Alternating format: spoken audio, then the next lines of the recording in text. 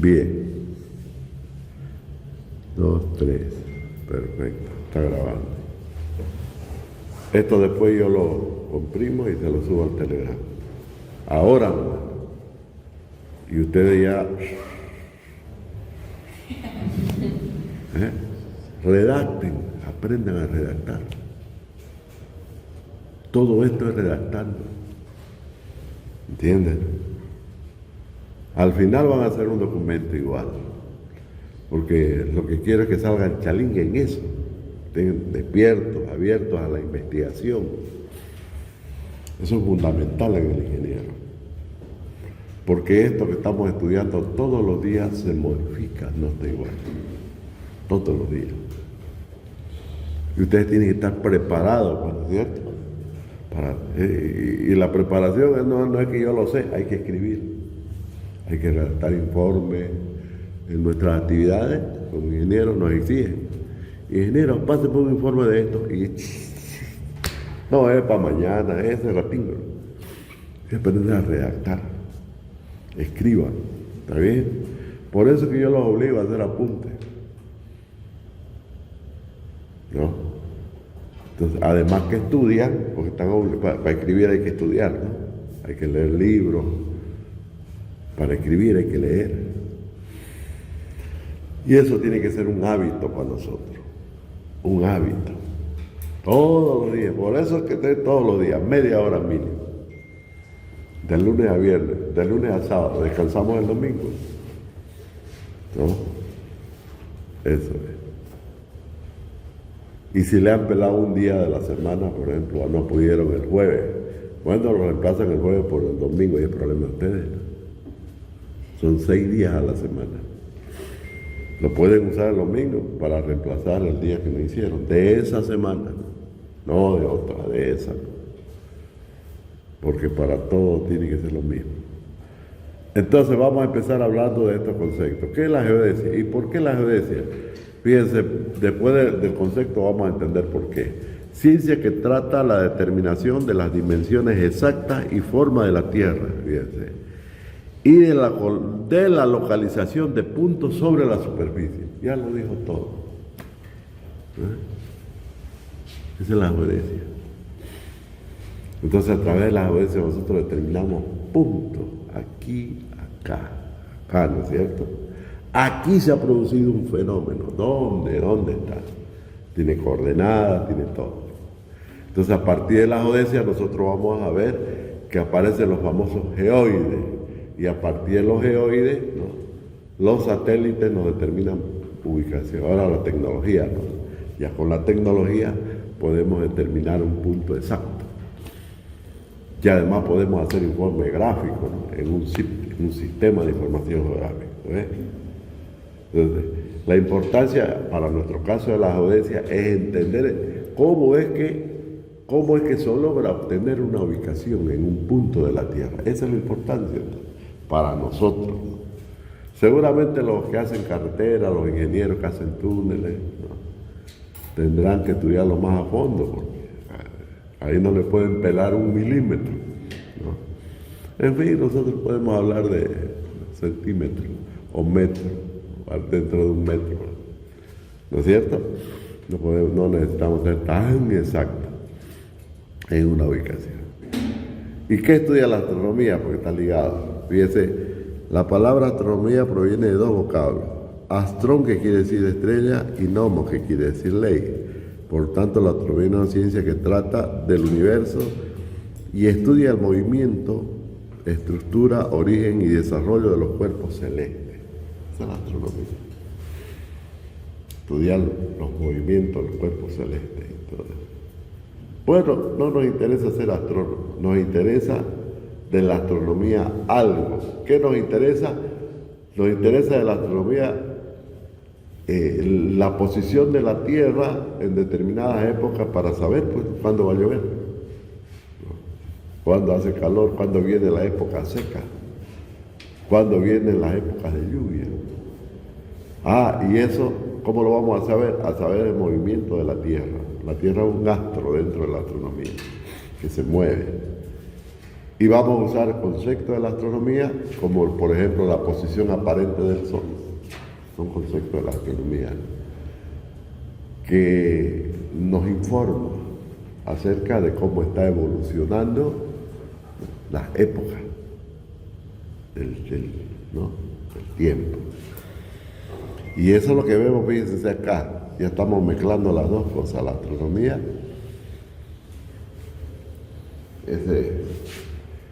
ese grafiquito que tienen ahí.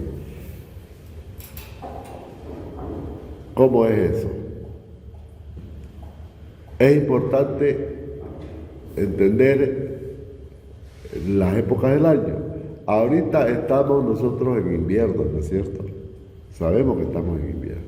Desde la escuela nos enseñan primavera, verano, hasta con canto nos dan los profesores. A ver, niños, la época del año, primavera, verano, otoño, invierno. ¿Cuándo comienza cada?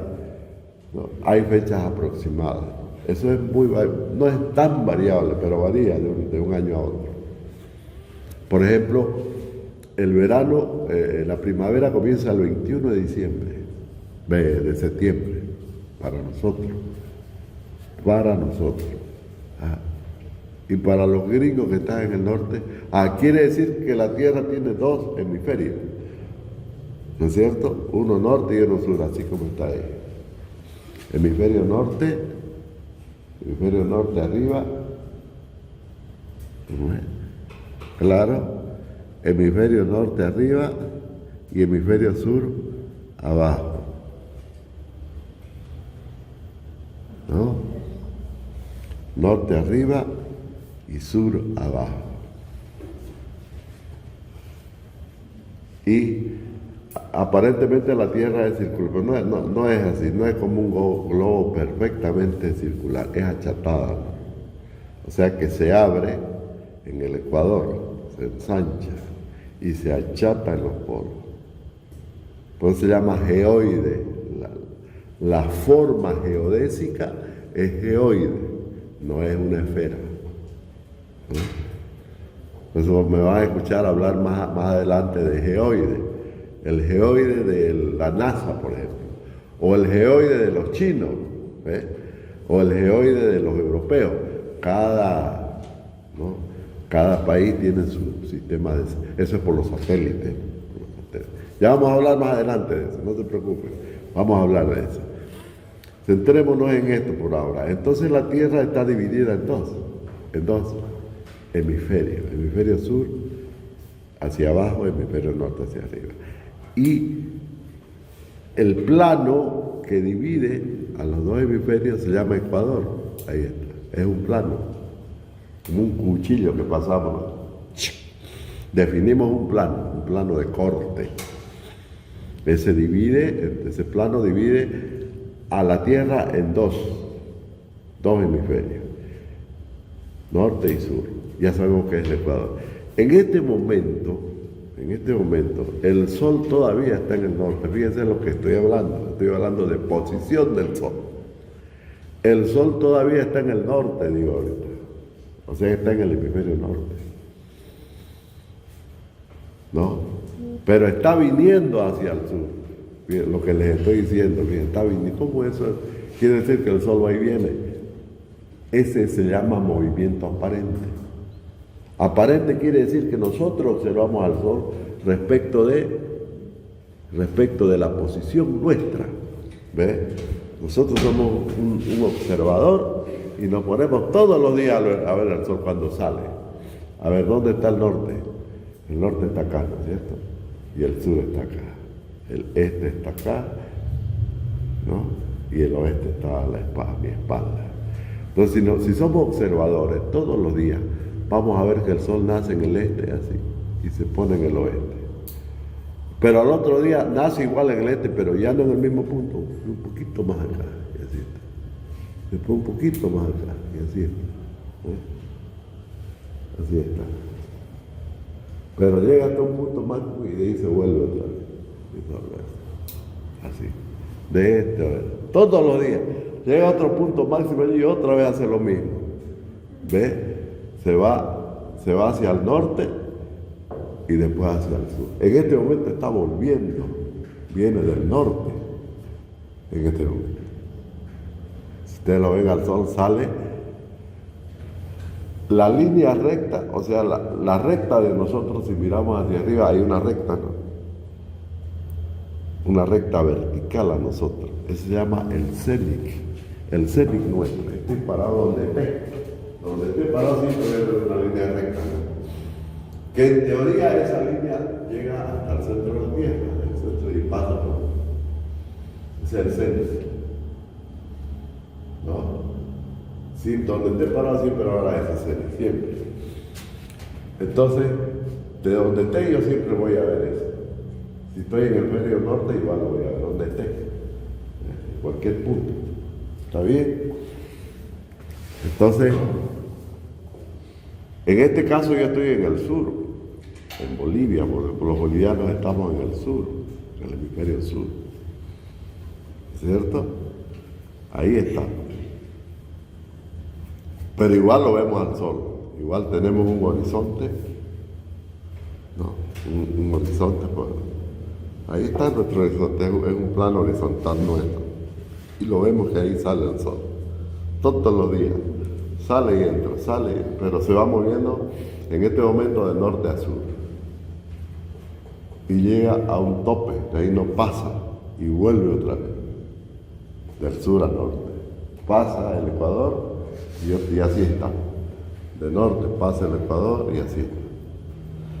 Esos tres hitos, ¿ve?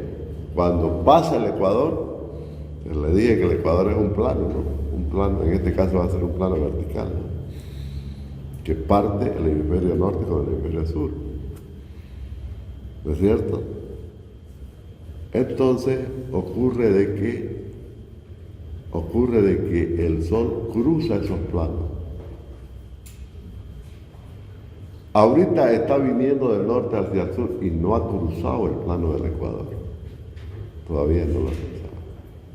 ¿Cuándo lo va a hacer? El 21 de septiembre. Ahí lo va a cruzar. Justo ese día. Digámoslo así. ¿No? Entonces eso ya está calculado. Ya se sabe a qué hora. Todo, exactamente se lo sabe. Digamos que sea el 21. Pasa y ya está el sol en el hemisferio sur. Ese momento en que el sol cruza al Ecuador se denomina el equinoccio de primavera para nosotros. Comenzó la primavera, ¿está bien? Quiere decir que el sol cruzó el Ecuador. Ese momento que cruza se denomina el equinoccio de primavera. Equinoccio significa comienzo, principio, se inicia algo. Entonces, comienza la primavera, ocurre el equinoccio de primavera. Pero hay algo importante, el sol a la medida que se va desplazando hacia el sur, se va alejando del norte. ¿Y qué va a ocurrir en el norte? Va a comenzar a enfriarse, porque ya el sol ya no le da de lleno, ¿no es cierto? Porque el sol está en la parte sur, ya el sol no le da de lleno. Entonces va a comenzar el otoño. Comienza a la vez que comienza el equinoccio de primavera para nosotros, para ellos comienza el equinoccio de otoño. Comienza el otoño, fíjense. Ya se pone fresquito. Es una época bellísima para ellos. ¿Por qué? Porque tiene más territorio, pues. Tiene más territorio. Es más caliente el otoño que para nosotros. Para nosotros el otoño es más frío porque tenemos menos territorio, ¿no? Todo es más mar, ¿no? Y sabemos que el agua pues se enfría más rápido que el suelo, ¿no? Pero tiene la desgracia de que van a tener cualquier cantidad de incendios. ¿Por qué? Porque al estar alejándose el sol y enfriándose el norte, disminuyen las lluvias. Entonces comienzan las largas sequías. Ahorita están en problemas de incendios.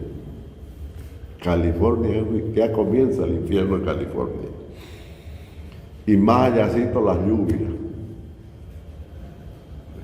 ¿Entienden ahora por qué es importante, ¿no?, los movimientos del sol? Pero son movimientos aparentes. En realidad no ocurre eso. En realidad es el Sol que se mueve en su órbita alrededor del Sol, ¿no es cierto?, con un eje inclinado, así como lo ven. Así está inclinada la Tierra. Imagínense una órbita que no es circular, la órbita es elíptica, alrededor del Sol, se mueve así. Y claro, va a llegar un momento que el sur está con más sol, ¿no? Y cuando la Tierra esté al otro lado, a este lado de acá, el norte va a estar con más sol. Eso es lógico. Porque se está moviendo así la Tierra, inclinada. Cuando está acá, el sol le da de fuerza al sur. Y cuando está acá, el sol le da de fuerza al norte. Y eso se traduce en movimientos aparentes para nosotros. En movimientos aparentes. ¿Está bien? Es así. Así funciona la astronomía de la Tierra. Y es lo mismo, siempre es así. Varía en cuestiones por ejemplo, el día se está haciendo un poquito más largo. ¿Por qué? Porque no se olvide que el Sol, con sus planetas, es un sistema que a su vez se mueve en la galaxia. Y nunca la Tierra está en el mismo lugar, jamás estuvo, jamás. Tampoco el Sol, todo el sistema siempre está en un lugar distinto de la galaxia. ¿Ves? Desde su nacimiento, desde la famosa teoría de la explosión de la estrella que formó nuestro sistema solar. Nuestro sistema solar se formó a partir de una supernova, ¿no? ¡Pum! Y ahí comienza la supernova a formarse, pero siempre está en movimiento alrededor de la galaxia y todavía no ha hecho ni una vuelta a toda la galaxia. Apenas ha avanzado, por decirle, 1/10. No ha hecho ni una vuelta todavía. Pero aún la llegue a hacer, se va alejando. Hace una espiral así. Entonces nosotros, la vida del hombre, toda la vida, los 4000, toda la vida de la Tierra, apenas un segmento alrededor de la galaxia. Entonces la Tierra siempre está en un lugar distinto. Por eso es que nunca va a ser igual. Nunca serán las mismas horas, no. Nunca seremos iluminados por los mismos astros. Aunque claro, vemos los astros en la misma posición. Pero eso es por la distancia. Están a miles y millones de años luz. O sea, el viaje de la luz durante un año. Eso es la distancia. Son astronómicos. No entran al cerebro esa distancia. Es por eso que parece que todo es quieto, pero no es así. Y todo se mueve. ¿Está bien? Es así. Seguramente algunas veces entramos a vacíos dentro del... Son cosas pues que estamos estudiando todavía y nos estamos enterando recién, ¿no? Con el Hubble, con el J. Por eso para eso son esos satélites. Si no es al fósforo que se envían esos satélites, ¿no? Esos aparatotes, esos telescopios espaciales. No es al fósforo. Tanta plata que se gasta, ¿no? Con la plata que se ha gastado en el Hubble, más la plata que se ha gastado en el Webb, con eso lo hacemos riquísimo a los africanos, a todingo, con esa plata. Riquísimo lo hacemos, a todingo. No queda ni un yesca, ni pobre, ni nada, y todingo, ni comida. ¿Ya? O sea, solucionaríamos todo el problema del África. Pero el pensamiento del hombre es ese. ¿No es cierto? Eso es así. Vamos a quedar con la duda eterna. No me importa que se muera prefiero saber qué va a pasar mañana conmigo, ¿no? Esa es la historia de nuestro. Y esto también va en ese sentido, esto que estamos aprendiendo, va en ese sentido. ¿No es cierto? En ese sentido. Entonces, está claro, ¿no? Hay ese movimiento. Fíjense que el Sol va a llegar a un punto, a un plano paralelo al Ecuador, allá. Ese plano paralelo al sur se llama el Trópico de Capricornio. Está más o menos por el sur de Argentina. Hasta ahí llega el Sol. Y de ahí se vuelve. ¿Cuándo va a llegar ahí? ¿Cuándo va a llegar ahí, al trópico de Capricornio? Va a llegar el 21 de diciembre. Ese día comienza el verano. Termina la primavera y comienza el verano. Claro, el solazo está ahí. Ese significa la posición del sol más cercano al hemisferio sur. Entonces imagínense qué está haciendo el sol ahí. Cómo está calentando los mares, los ríos, los lagos, los bosques. Cómo lo está calentando. ¿Y qué produce el calor? Nubes. ¿Y qué produce las nubes? Lluvia. Viene la época lluviosa. ¿No? Y como todavía ese calentamiento se suma al calentamiento nuestro, que es provocado por nosotros, el del dióxido de carbono y el del metano, ¿no? Se suma todavía eso. Aumenta el calor. ¿Aumenta? ¿Qué va a aumentar con el calor? Aumenta la evaporación y la evapotranspiración. La evaporación es del agua, los lagos, y la evapotranspiración es de las plantas. Pues no se olvide que las plantas sube agua, ¿no? Sube agüita, ¿no? A las hojas, a todas partes. Y esa agüita también, como la temperatura, se evapora. Y un bosque inmenso como el Amazonas, imagínense la cantidad de agua. Sube. Y eso tiene que condensarse arriba y caer. Cae como lluvia. Y en la medida que esa condensación es más rápida, la lluvia también es más rápida. Y al ser la lluvia más rápida, ¿qué produce? Inundaciones, desastres naturales por todos lados.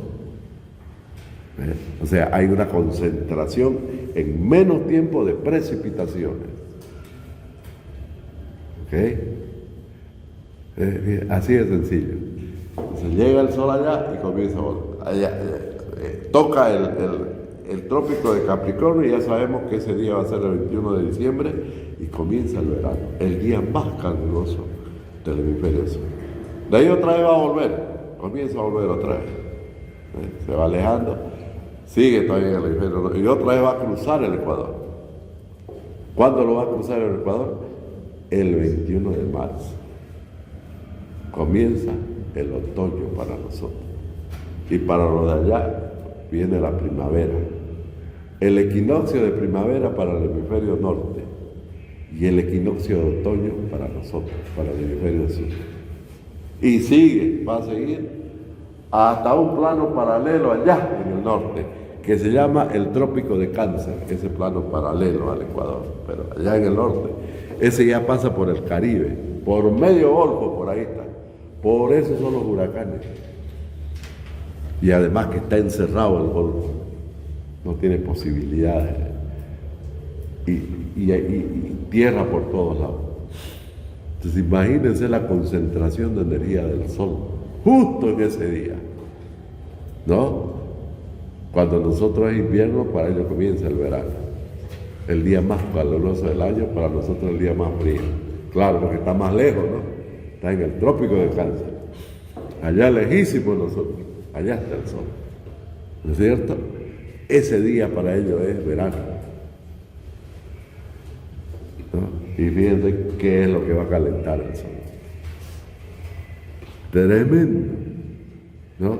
Lo que pasa es que ellos tienen, en el norte hay más tierra, ¿no? Que mar. Nosotros tenemos más mar que el norte. Y el calor es el mismo del sol. Entonces no va a variar, el calor va a ser el mismo. Entonces, fíjate, esa energía distribuida en menos superficie de agua, entonces los fenómenos son más grandes para ellos. Por eso son los huracanes, por eso son las camionadas, montoneras, ¿no?, de fenómenos que tienen, de hielo y todo eso, inundaciones por todos lados. Es un desastre. Ahorita lo que está ocurriendo, lo que está terminando de ocurrir en China, bueno, en el norte de África, en todos esos países, en Italia, en Grecia, los incendios en España y todas esas cosas. Eso siempre han habido, no es de ahora, siempre hubo eso. Y además, como les dije, como la Tierra se está moviendo junto con el Sol ¿no? Los fenómenos nunca van a ser exactamente igual. Puede que se repitan. Eso normalmente depende en qué vacío nos metemos como sistema, ¿no? En qué vacío de la galaxia nos metemos, no sabemos. A veces nos acercamos más a otra estrella que puede tener influencia sobre nosotros. Su gravedad puede tener influencia y puede cambiar muchas cosas. ¿Ves? Afortunadamente no estamos cerca de ninguna, o sea, la supernova más cerca está a más de 50.000 años luz. Imposible que nos llegue su efecto. El efecto que puede llegar a una supernova para nosotros es la radiación ultravioleta. Pase, es la radiación. O sea, como si reventara una bomba atómica, exactamente igual. Y ese efecto de radioactividad nos llega. Ese sería, digamos, el que ya ocurrió en la Tierra. Ya ocurrió eso. Hubo ¿qué se llama? Una extinción antes de los dinosaurios. Hubo una extinción. Producto de eso, de la radiación. Estamos hablando de más o menos 250 a 300 millones de años atrás. Ya hubo una radiación de eso. La otra ha sido la del meteorito, ¿no? Que quiere decir la la piedra que cayó en el Golfo de México y que mató a toditos los dinosaurios. Eso hace 65 millones de años. Pero esta que le estoy hablando, que la teoría más apunta a eso. No hay la absoluta certeza, pero apunta más a eso porque no tiene explicación. Además, la radiación se estudia por el contenido de las piedras, ¿no? De las excavaciones que se han hecho, y además no se olviden que los movimientos de las capas provocan levantamientos, ¿no es cierto?, de estructuras del suelo. Entonces, estructuras del suelo de hace 300, 400 millones de años atrás, las vemos en una montaña. Entonces, estudiando eso nos podemos dar cuenta qué ocurrió hace 250 millones de años. No podemos saber eso. Y de esas hay miles alrededor del mundo, de la Tierra.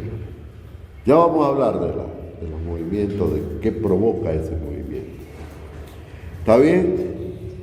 Entonces, fíjense cuál es nuestro interés de la astronomía en este caso. Conocer precisamente los movimientos aparentes del Sol que tienen un impacto sobre el clima de la Tierra. Eso es.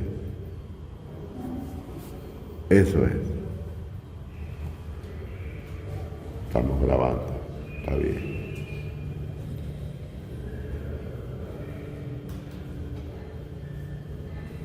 Bueno, aquí se ve, ¿no?, más o menos lo que le decía. Sale el sol. Claro, nosotros lo vemos en el cenit, pero en realidad ocurre así como se ve aquí. Sí. Esas líneas rojas no las notamos nosotros. Lo único que vemos es el movimiento del sol. Claro, ese arquito, si somos más observadores, lo vamos a notar. Viene así. Al otro día viene así. Pero respecto del plano del horizontal, así va a ocurrir. Y como ven, el observador tiene una recta punteada, ¿no?, hacia arriba. Esta recta de aquí, ¿no?, esta recta de aquí. Dice dibujar con rojo. No puedo dibujar con el dedo. Es con el lápiz, pues esto es con lápiz. Yo me olvidé. Estaba gallineando en mi casa. Estaba haciendo una clase virtual y me lo dejé ahí. Con estos trabajos, ya se ya funcionó. Esta es la vertical. Eso es hoy. Ahí está. Bueno.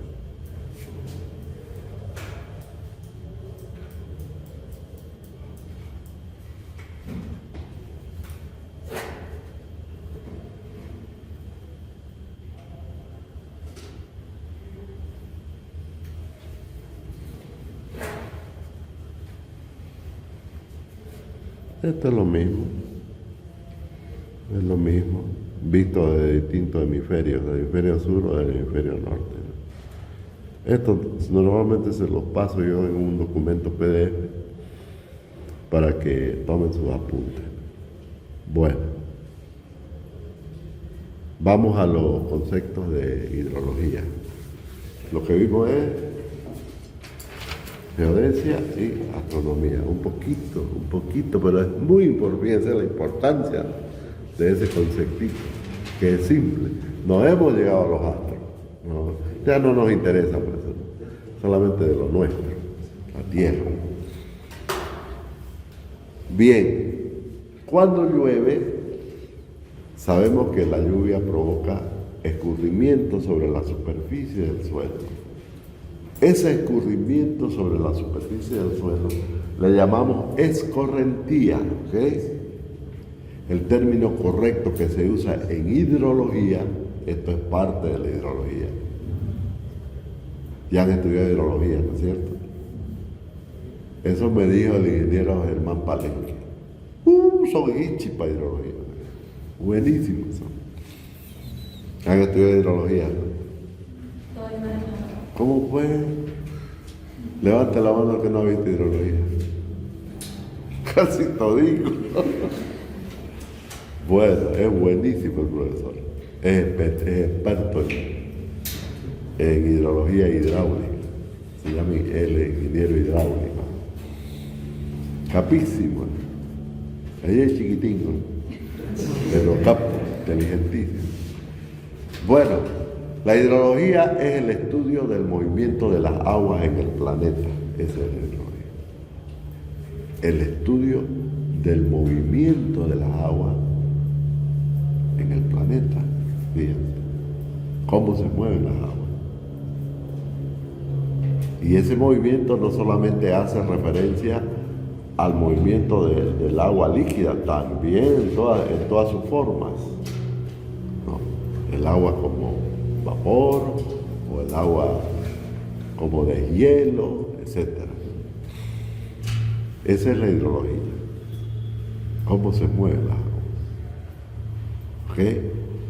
Y para hablar de hidrología, sí o sí tenemos que hablar de lluvia, es lógico. Lógico. Las lluvias, entonces, provocan la escorrentía, escurre el agua.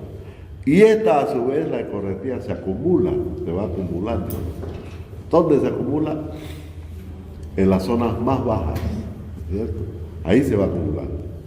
¿Y por qué en las zonas más bajas? Porque existe la fuerza de la gravedad, ¿cierto? Y no se olviden que el agua es masa. Y cualquier masa es atraída por la fuerza gravitacional, cualquiera. Entonces el agua también siempre va a escurrir, ¿no?, hacia los puntos más bajos. ¿De qué? Del suelo, ¿no?, de la zona donde está lloviendo. Esa zona donde está lloviendo se denomina una cuenca. ¿Ok? Pero claro, ¿por qué se forma la cuenca? Por la topografía, ¿no?, por la forma de la tierra. La tierra no es pues todo plano, ¿no? Sabemos que hay montañas, sabemos que hay zonas más altas y zonas más bajas, eso lo sabemos. Pero siempre la tierra va a formar, ¿no?, lugares donde el agua escurre de zona más alta, de puntos más altos a puntos más bajos. Siempre. A eso se denomina una cuenca. Hay varios tipos de cuencas. Las cuencas también forman parte del estudio de la hidrología, lógico, pues. Tienen que formar. Por eso es que lo primero que van a estudiar en hidrología es la cuenca. Lo primero que van a estudiar. Y eso que ven ahí es una cuenca. ¿No? Se ven, ¿no?, los cerritos, y hay un río ahí. Ese río es finalmente donde se acumulan todas las aguas, ¿no? Y entonces esas aguas se mueven por el río se va haciendo cada vez más caudaloso. Ya hablé de un concepto, caudal. ¿Qué es el caudal? El caudal es el volumen de agua que pasa por una sección en la unidad de tiempo. Fíjense, volumen de agua, o sea, litro o metro cúbico, volumen de agua por unidad de tiempo. Pero que ese volumen pasa por una sección. ¿Qué sección? La sección del río. Fíjense que el río va a tener una sección, ¿no? A ver, ahí está. Bien. Así es más o menos la sección del río. Todo esto es la sección. Claro, va variando, ¿no? Va variando la sección. A veces el nivel de agua es más abajo, a veces el nivel de agua sube y va bajando. Dependiendo de qué, de la lluvia. A mayor lluvia va a subir el nivel del río. Y menos lluvia va a bajar pues el nivel del río.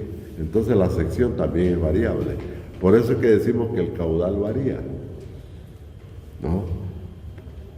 Hay más caudal, quiere decir que hay más agua. El nivel del río ha subido. Menos caudal, menos agua, el nivel del río ha bajado, ¿no? Eso referido al caudal. Pero no se olviden que el agua también se desplaza, se mueve. ¿Ve?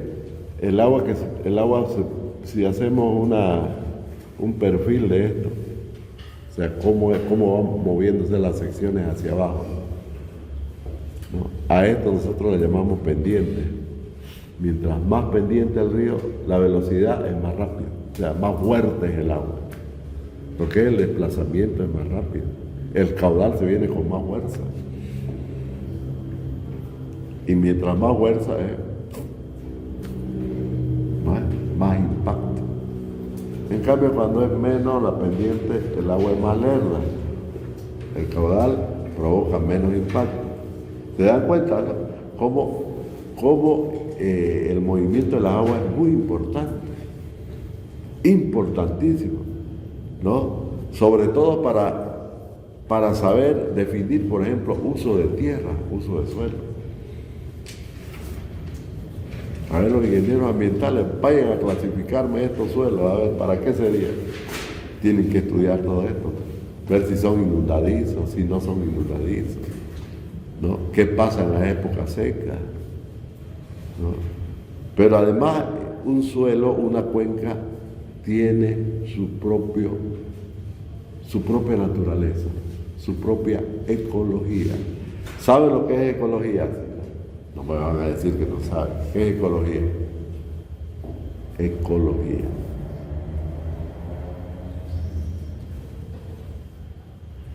¿No han llevado ecología?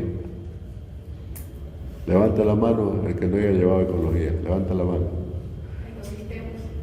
¿Ah? Ecosistemas. Esa es otra cosa. Ecología, dije. Lo llevamos en ecosistemas, creo que es el primer tema. A grandes rasgos. ¿Qué es la ecología? Pues ya le dije que es la hidrología, ¿no? Es una ciencia. Igual la ecología también. El estudio de la interacción entre los factores bióticos y abióticos. Exactamente, ¿no? El estudio de los factores bióticos y abióticos, pero en un espacio, bueno, no es en cualquiera. Los ecosistemas entonces se refieren a la naturaleza en una cuenca, métanse en la cabeza, en una cuenca, o dentro de una cuenca, porque una cuenca puede tener varios ecosistemas, varios ecologías, una aquí, otra acá, otra acá. Ahora los ecosistemas, lógicamente que ya es la interacción entre las ecologías, esos son los ecosistemas. Quiere decir que toda la ecología de una cuenca se interrelaciona. ¿Ves? Por ejemplo, el Amazonas. Aquí nomás les voy a dar un ejemplo sencillo. Aquí parte del departamento de Santa Cruz y el Beni pertenecen al Amazonas, ¿no es cierto? Como naturaleza. Pero ¿y por qué no tenemos caimanes nosotros? ¿O han visto caimanes en los ríos? No hay, ¿no? Pero en el Beni hay, ¿no? Y aparentemente es el mismo ecosistema. No, no es igual. Y estamos dentro del Amazonas. ¿Se dan cuenta? Lo mismo va a ocurrir con las especies, con los árboles, las flores, las frutas, las plantaciones y todo. Por eso es importante saber el uso del suelo. Fíjense la importancia del uso del suelo, porque no se olviden que el manejo del suelo es importantísimo en la economía de un país, ¿no? Es muy importante. Por ejemplo, en este momento el problema de la guerra con Ucrania está provocando que se acumule cualquier cantidad de grano, ¿no? Y precisamente la zona que está en guerra, esa es la que más produce grano. La pelea es por eso. Toda guerra, toda pelea, aunque sea entre vecinos, es por intereses. Toda, siempre es así. Inclusive ustedes si discuten dentro de su familia con sus hermanos, es por intereses. Yo no digo de plata, ¿no? En interés. Un niño pelea con su otro hermanito por un juguete, ¿no es cierto? Ese es un interés. O sea, llevado eso a lo grande, a la guerra, son intereses. Un país que quiere invadir a otro porque le interesa, ¿no es cierto?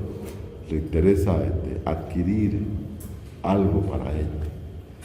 Entonces esa zona pues de Lombard, donde está la guerra actualmente, riquísima, riquísima, ¿no? Tanto en agricultura, en ganadería, en todo, impresionante. Es el granero del mundo, ¿no? Entonces los rusos pues quieren eso, así de sencillo, ¿no? Por eso es que lo han invadido.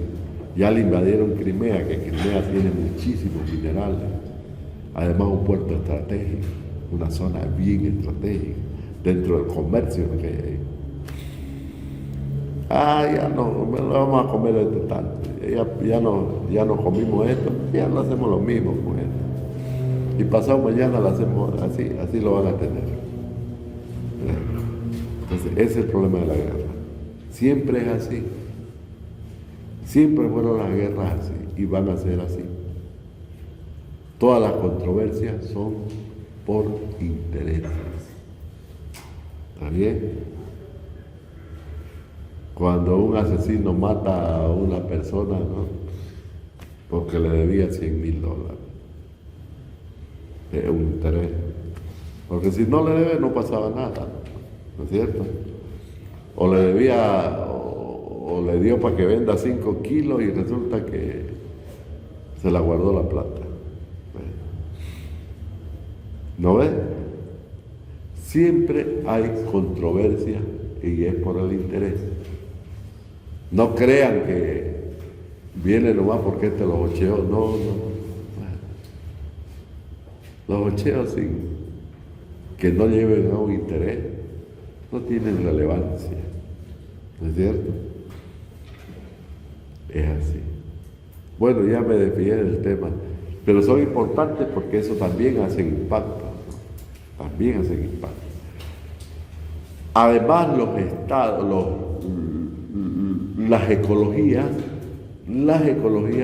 forman parte de la cultura de los pueblos, de su forma de actuar, de su lengua, de su lenguaje, de su forma de describir la naturaleza, de su poesía, de su historia.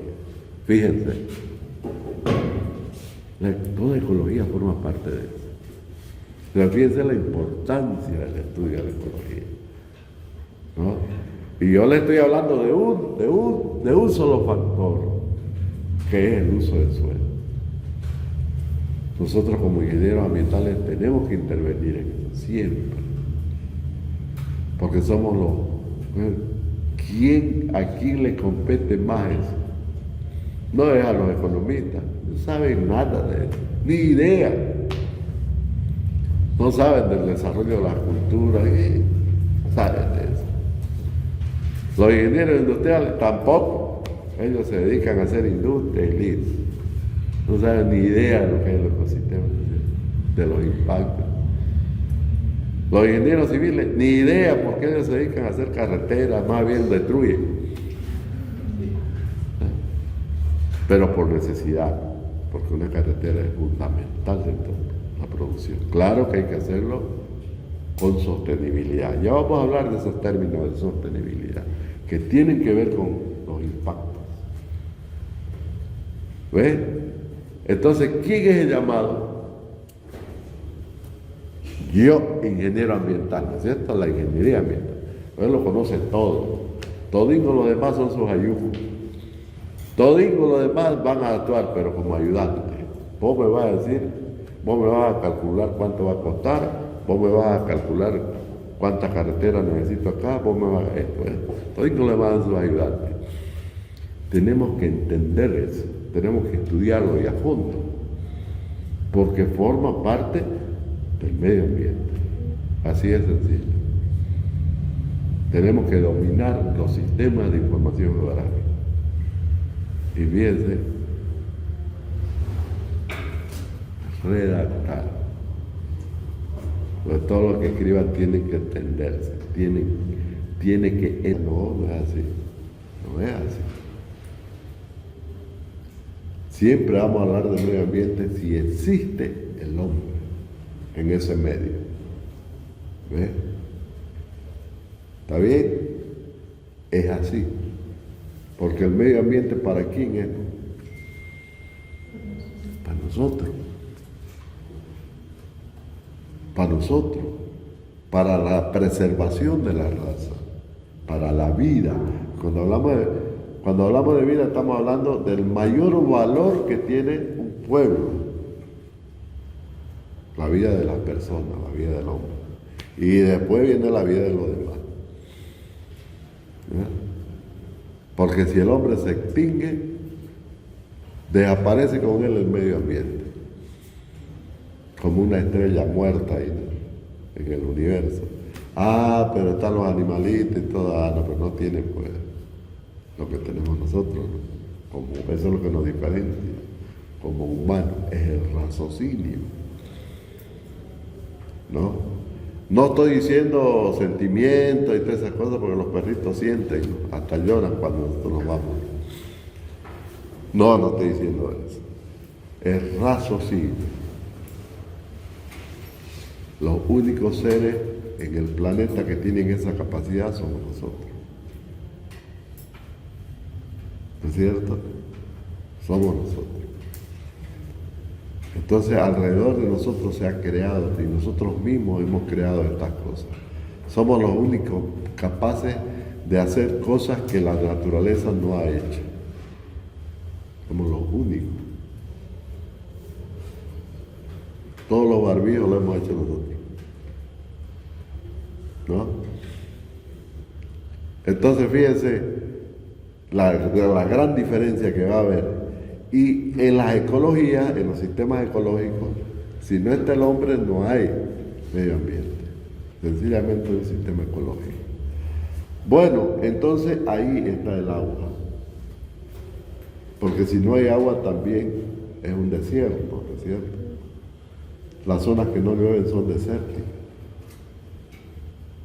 Son desiertos. Vayan al norte de África, vayan aquí no va tan cerquita, no tan lejos, aquí cerquita, en Chile, Atacama, donde era todo ese territorio que era de Bolivia. Es un desierto. Lo único que crece es cactus y chuluque, ¿no? Bichos por todos lados. Claro, es menos desierto que el Sahara, por ejemplo. ¿Por qué? Porque todavía tiene humedad. Pero cada vez más desierto, cada vez más. Eso es irreversible. A no ser que nosotros lo cambiemos ya con tecnología. Esa es la única posibilidad. Como han hecho los judíos, por ejemplo, en el desierto. No se olvide que los judíos viven en el desierto. ¿No es cierto? Y allá han hecho maravillas. Zanahorias hacen todos los días. Así las sandías. Las frutas que producen ellos, en pleno desierto. ¿Cómo lo hacen? Con tecnología. Puro tecnología. Esos viveros son impresionantes. Con control de humedad, todo. Impresionante.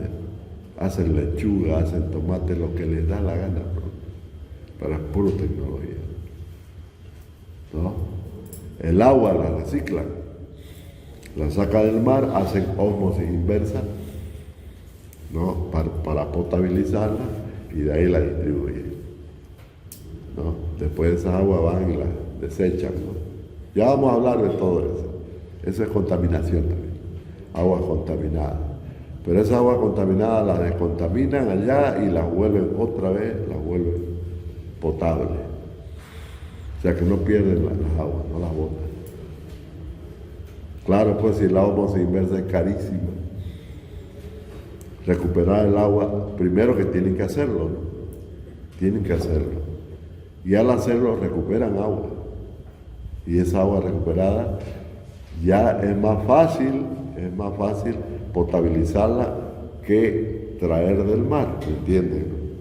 Entonces hacen una recirculación del agua constantemente. Esa es tecnología impresionante. Por eso es que los judíos pues, tienen como 40 o 50 premios Nobel, ¿no? Judíos, ¿no? Y es así.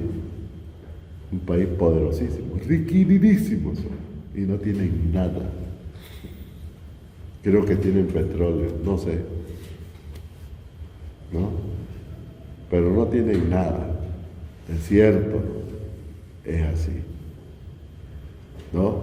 Ahora los árabes del Golfo y además acá, ¿no? Desde la península arábica, Dubái, todos están aprendiendo de ellos. De semejantes ciudades que han hecho en pleno desierto.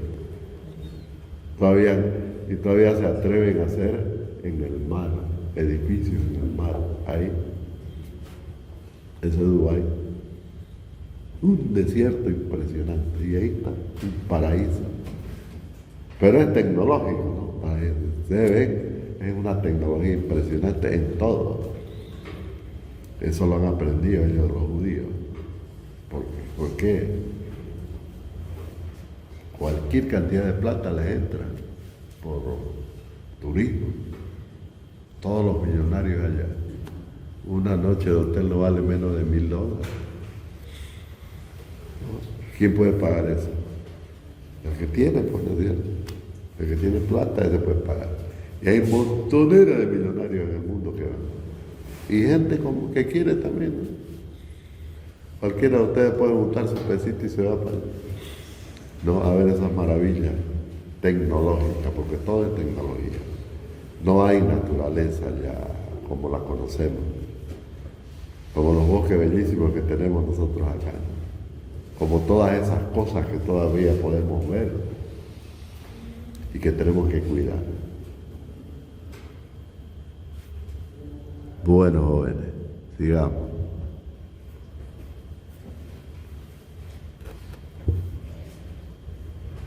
Uno de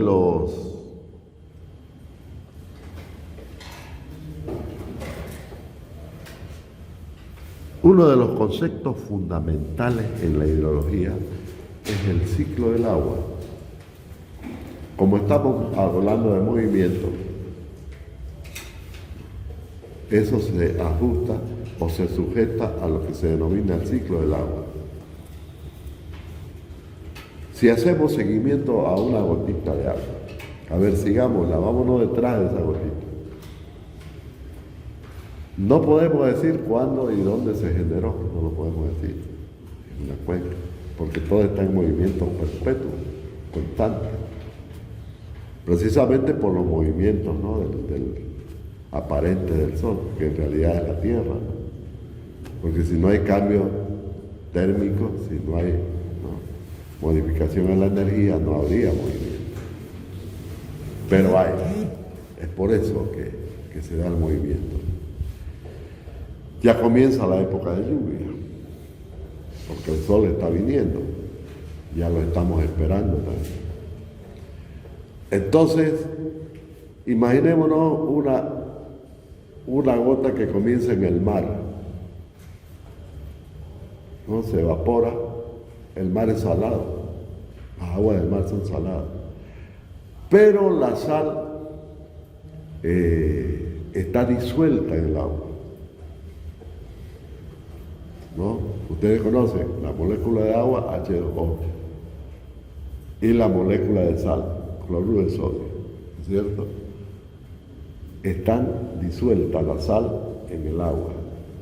No está disociada. Sé que la molécula de agua no se disocia. No se forman los hidroxilos, ¿no? No se forman. De modo que cualquier rato podemos obtener sal. ¿Cómo podemos obtener sal? Sacando el agua, listo, y dejando, pues, que la sal es más pesada, ¿no es cierto? Es más pesada. O sea, calentamos, en otras palabras, el agua, que se evapore, y como la sal no se puede evaporar, se va a quedar, ¿no es cierto? Así se produce la sal. Por ejemplo, las salmueras, que en todas partes del mundo se producen así, de forma natural. Ustedes han escuchado hablar de la sal marina. La sal marina se produce en el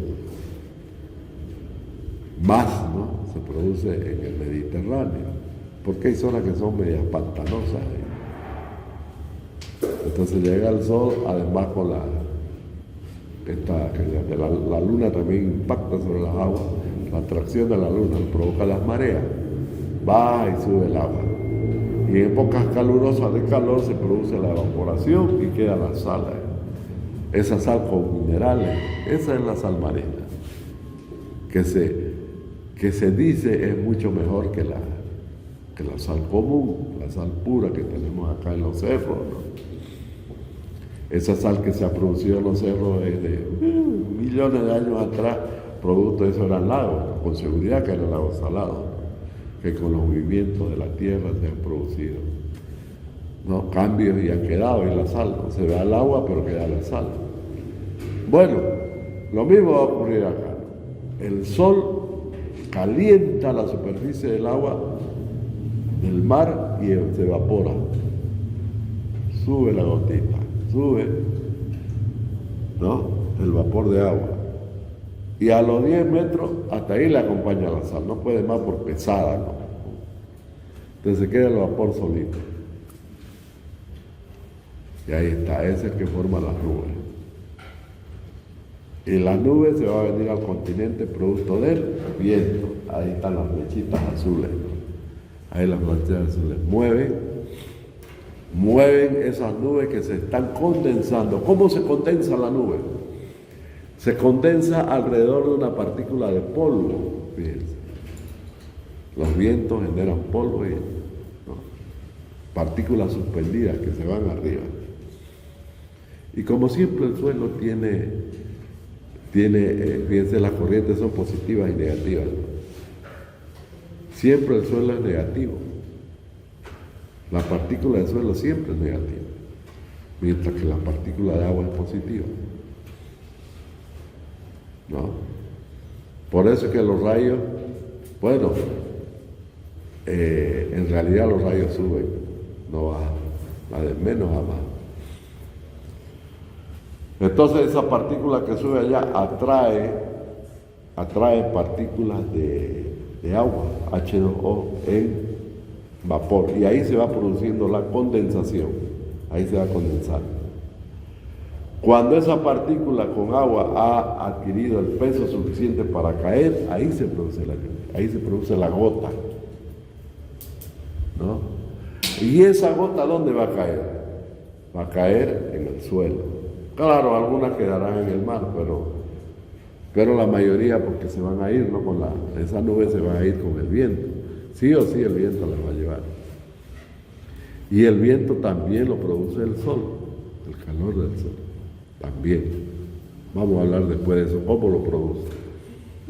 Entonces fíjense, hay un desplazamiento de la nube condensada hacia la tierra, hacia el suelo, que es más caliente, ¿no?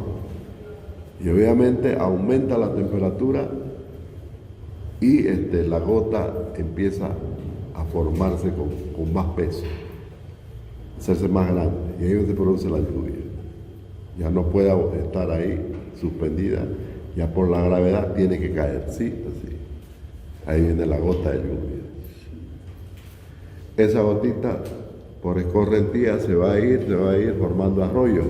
Primero va a formar arroyitos, ¿no? que nosotros le llamamos acequia, a formar las acequias.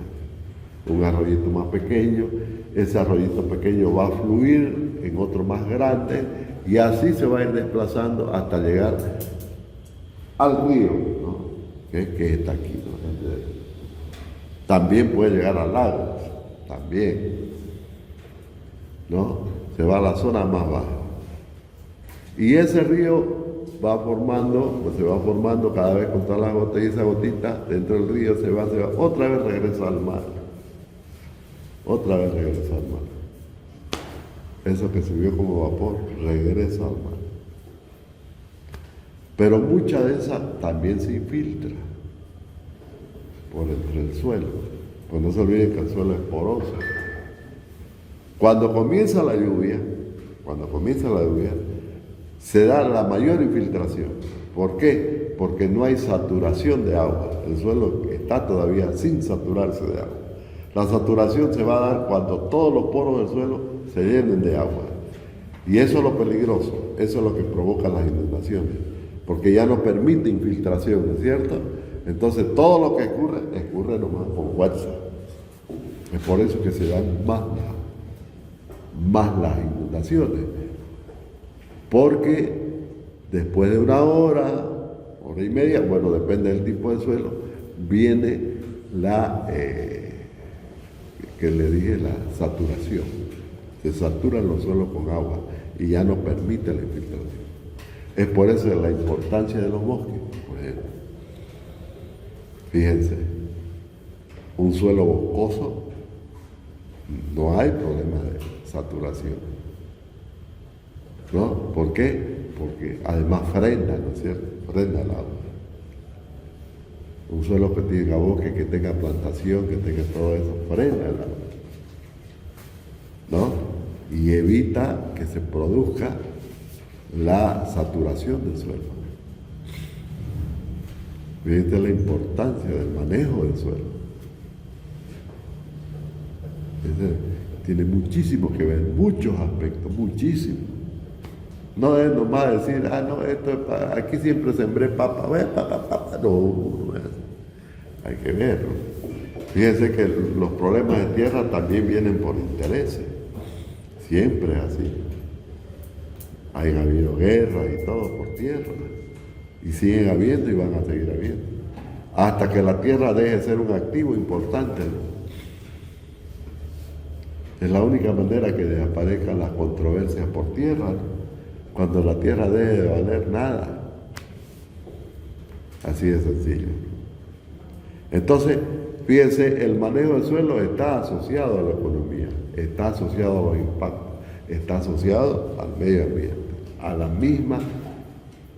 misma cultura del hombre, a la misma cultura de los pueblos. Es así. ¿Ok? Entonces fíjense los fenómenos. Además de eso, fíjense la importancia de los bosques. El agua retiene el agua. O sea, este ciclo hidrológico, esa gotita que no, puede ser que no se vaya, que se quede en el bosque, ¿no?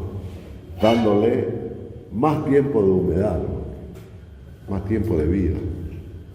Porque las plantas almacenan agua, los suelos, las raíces, ¿no? De las plantas almacenan agua. Y es mejor tener un bosque húmedo, ¿no es cierto? ¿Por qué? Porque cuando no hay agua, esa humedad le va a servir a la plantita para que continúe dando su fruto, ¿no es cierto? Por eso es que se construyen los viveros, para generar condiciones óptimas, ¿no? De productividad de una especie. Y en los viveros lo tenemos controlado todo. Podemos controlar la temperatura, la humedad, todo, absolutamente todo. ¿Ve? Es así. Claro, lo ideal es que todo se haga vivero, pero no se puede, pues podemos hacer un vivero a cielo abierto, ¿no? Porque nos afecta la misma lluvia, los mismos cambios térmicos y todo, el sol, el viento, quiero decir, ¿no? Eso es jóvenes, es así. Entonces, lo ideal es que este ciclo hidrológico no sea violento, no sea rápido, ¿no? Que vaya de tal forma que las aguas sean aprovechadas al máximo en el territorio.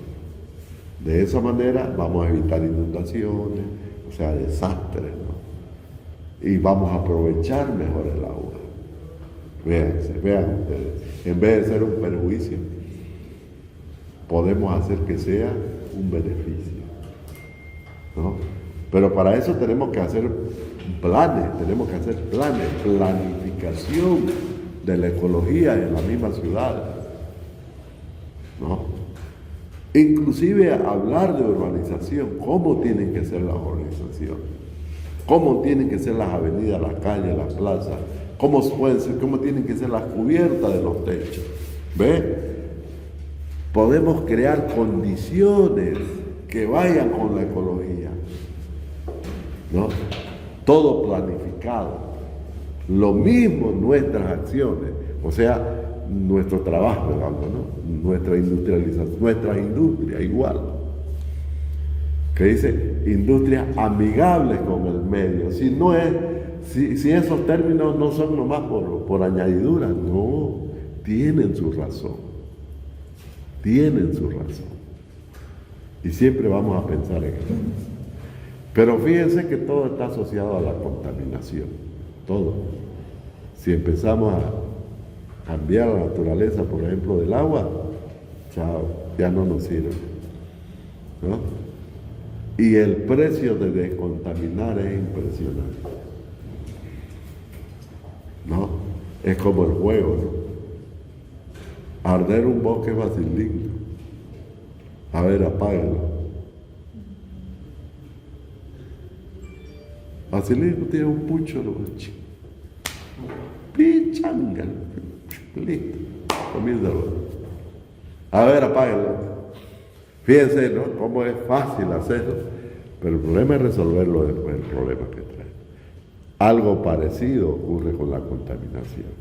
Siempre métanse así a la cabeza, ¿no? El contaminante siempre produce un impacto negativo, siempre. Si produce un impacto positivo, no es contaminante. ¿Y cuál es el impacto positivo? Por ejemplo, que depure las aguas, medio raro saldría, pues, decir eso. Meter un contaminante que depure las aguas, porque no es contaminante, pues, ¿no? O una acción del hombre que genere trabajo, beneficio a los demás, ¿no es cierto? Si produce perjuicio, es contaminante. Pero si produce beneficios, no es contaminante. No lo consideramos como tal. Eso es. Tomar una tacita de café es bellísimo. ¿Quién no quiere que una tacita de café ahorita? ¿Será que se toman 10? Empiezan a temblar. Fíjense el cambio. 10 tacitas de café los transforma, no saben qué hacer, claro, pero a los nervios les impacta negativamente. Entonces la cafeína ahí es un contaminante. Pero con una tacita no pasa nada, más bien es beneficioso, ¿no es cierto? Entonces la cafeína es un contaminante en tanto y en cuanto se la mal use.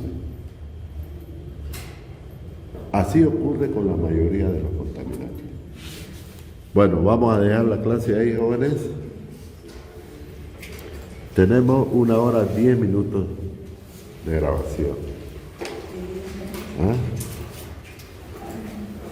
Y apenas hemos hecho una introducción, pero estuvo muy interesante, muy bonita.